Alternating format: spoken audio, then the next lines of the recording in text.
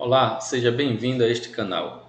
Se você chegou até aqui é porque você está procurando a palavra de Deus para a sua vida e na ocasião nós estamos fazendo uma série de mensagens no livro de Juízes e tivemos uma pequena parada, mas agora estamos de volta encerrando aqui a história de Jefté, né? Já abordamos aí outras 3 mensagens falando sobre a história de Jefté e hoje nós encerraremos essa história. Então, abra sua Bíblia lá em Juízes, capítulo 12. Você pode acompanhar também com o texto que será projetado aí na sua tela, mas de preferência, abra sua Bíblia e acompanhe a leitura que faremos agora.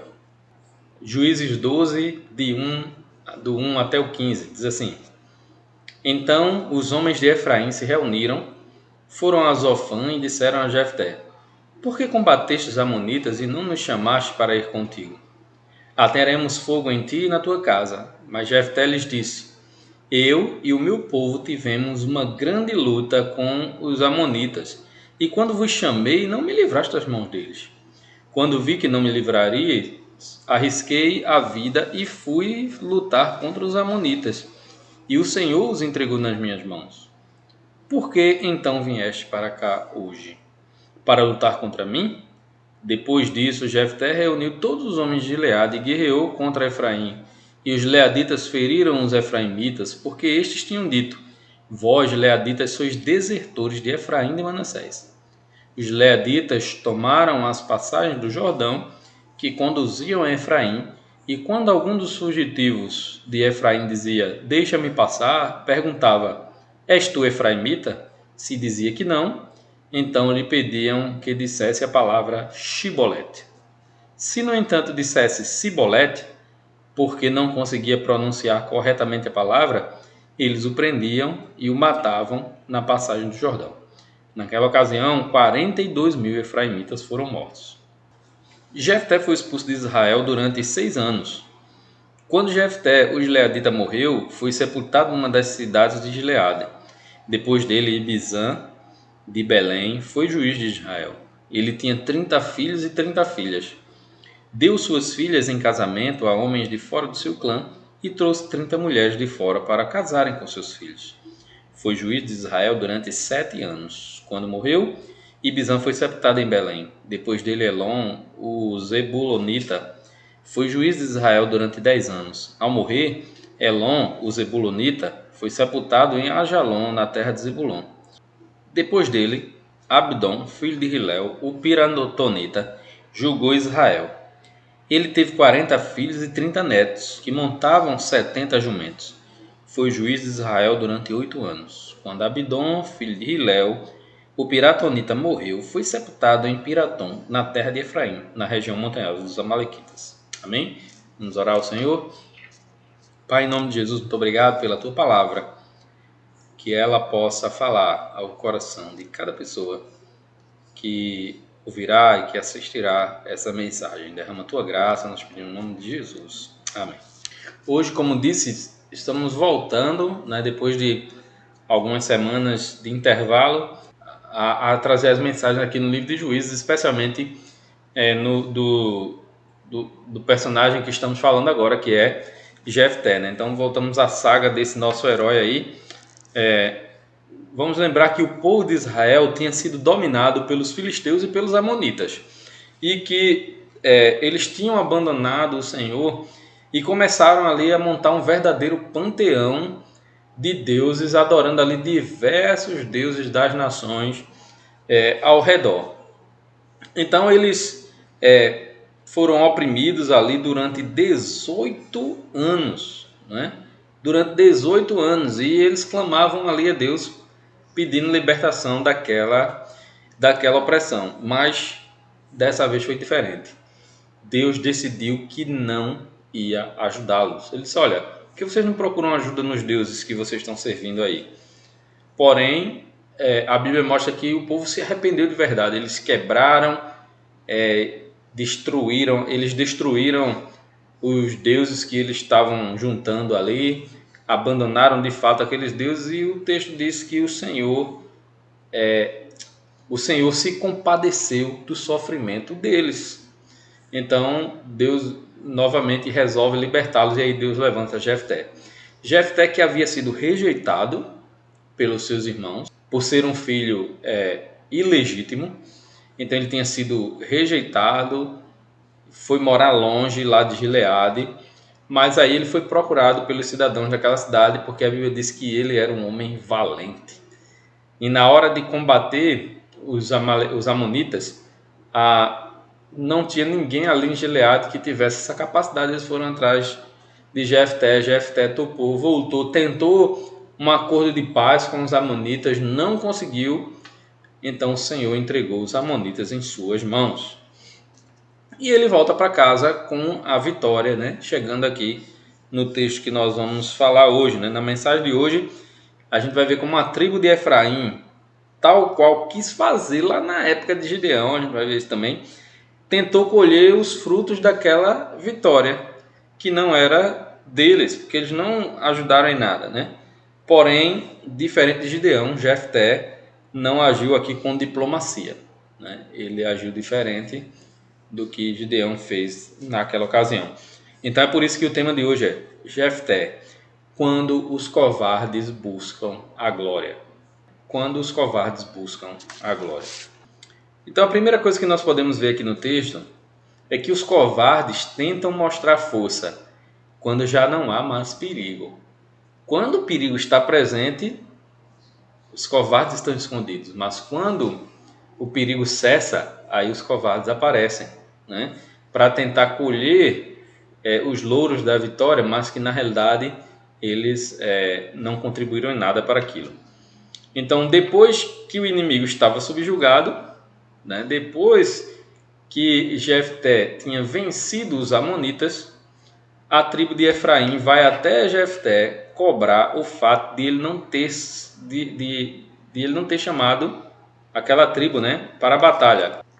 Então os homens de Efraim se reuniram, foram a Zebulon e disseram a Jefté: por que combateste os amonitas e não nos chamaste para ir contigo? Então eles chegam ali fazendo essa cobrança. Ora, se a batalha já tinha sido vencida, eles deveriam aproveitar o momento de paz, mas não tentar dizer, você tinha que ter me chamado porque a gente ia ajudar e tal. Mas não foi assim que aconteceu, porque eles estavam escondidos e a gente vai ver por quê. Então, além da cobrança, eles não só cobraram de não estar ali, como eles tentaram dar uma de corajosos, de fortes ali, de intimidadores. Eles fazem uma ameaça direta a Jefté: atearemos fogo em ti e na tua casa.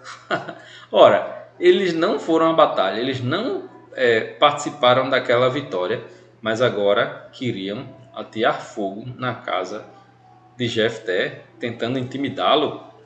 Bem, não foi a primeira vez que eles fizeram isso. No capítulo 8, versículo 1, diz assim: depois disso, os homens de Efraim perguntaram a Gideão: por que não nos chamaste quando fosse guerrear contra os midianitas? E o repreenderam duramente. Veja, eles fizeram a mesma coisa com Gideão, só não ameaçaram Gideão de morte.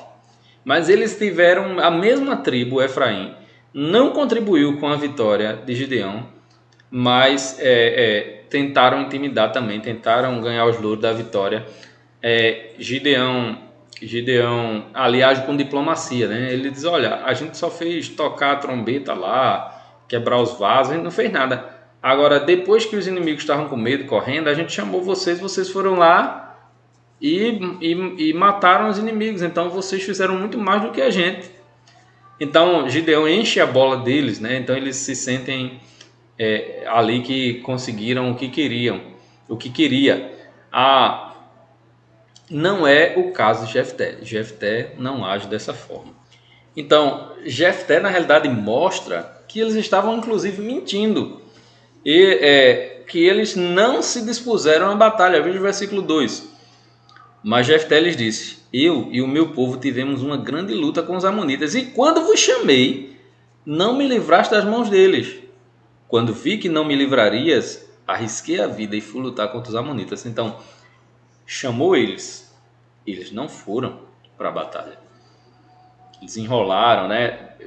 Lembro que na época de Gideão, alguns ficaram pelas montanhas, escondidos ali.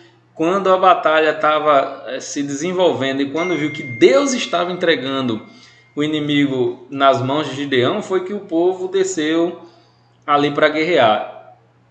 Eu não sei como foi que aconteceu aqui com Jefté. Pode ter acontecido do mesmo jeito. Então, Jefté os chamou à batalha e eles não foram. E eles não foram. Eles ficaram ali na surdina, escondido. Então, os gileaditas arriscam suas vidas e Deus estava naquela situação. Foi Deus quem levantou Gideão e Deus dá ali a vitória aos gileaditas naquela circunstância. E agora Efraim vem cobrar que eles deveriam estar na batalha, mas eles se recusaram a ir à batalha. Então não havia motivo nenhum para aquela cobrança. Então ele diz: ora, o Senhor os entregou nas minhas mãos. Por que então vieste para cá hoje? Para lutar contra mim? Então a única justificativa de eles estarem lá seria querer lutar contra Jefté.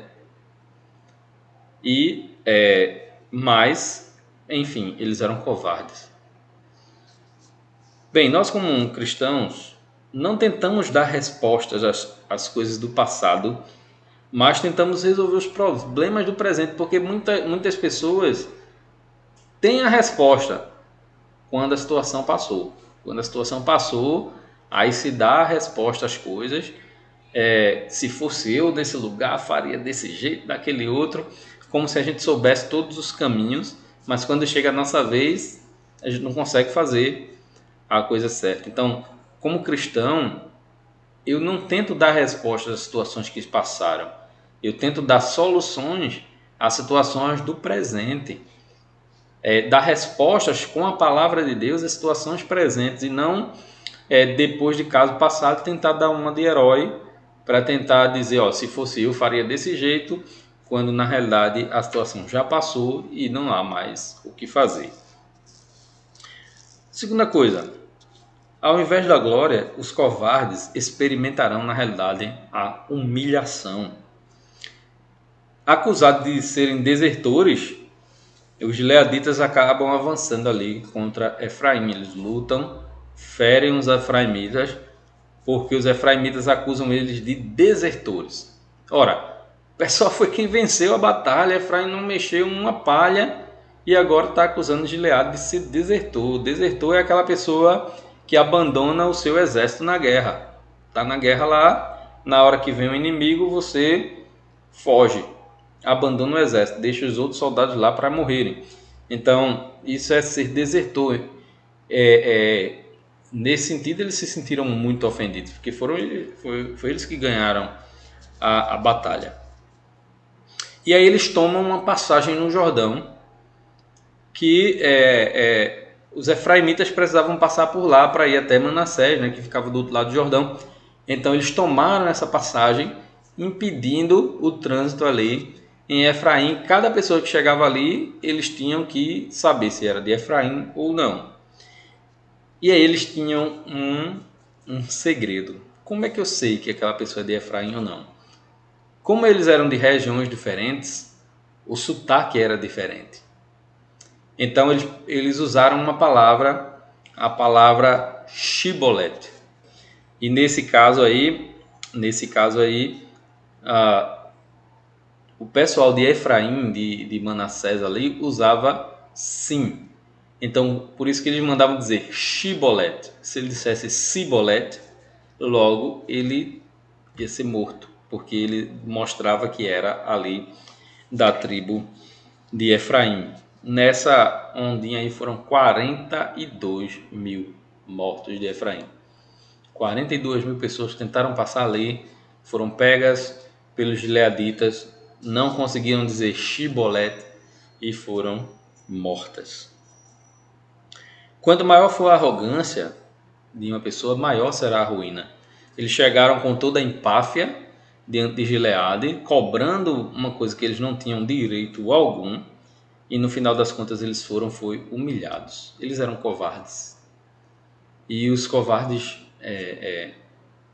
não, não vencem batalhas. Os covardes perdem as batalhas, né? Então Jefté, junto com seu povo, derrotou ali os efraimitas, seus próprios irmãos, todos ali eram de Israel. Se a gente pensa na história da tribo de Efraim, ela é uma tribo que tem uma tendência muito grande a se afastar do Senhor. Desde aí os tempos dos juízes, mas quando o reino do norte se divide, o reino do norte inclusive é conhecido como Efraim, porque era a tribo maior daquele reino. E eles sempre estavam distantes de Deus até serem destruídos lá pelos assírios, né? Bem mais tarde aqui. Terceira e última coisa, Deus não depende dos covardes para continuar conduzindo a história. Deus conduz a história e Deus não depende de ninguém, nem dos valentes, muito menos dos covardes. Então, Deus não vai buscar covardes para que esses sejam os vencedores. Deus vai conduzir a história e conduzir a história para aqueles a quem Deus chama com muita coragem de confiar no Senhor e de encarar as batalhas. Então, Deus não depende dos covardes. E Jefté julga o povo por 6 anos. É até um período curto, se a gente pensar no período dos outros juízes, foi um período curto ali de Jefté, 6 anos que ele julga ali o povo de Israel.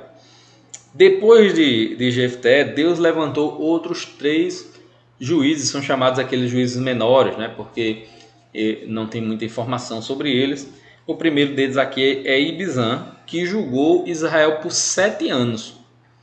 Assim, Jefté julgou por 6, ele julgou mais 7 anos. Ele foi um homem influente e promoveu a paz entre as tribos através de casamentos. Veja o que é que diz aqui o texto. Versículo 9 diz: ele tinha 30 filhos e 30 filhas. Deu suas filhas em casamento a homens de fora do seu clã e trouxe 30 mulheres de fora para casarem com seus filhos.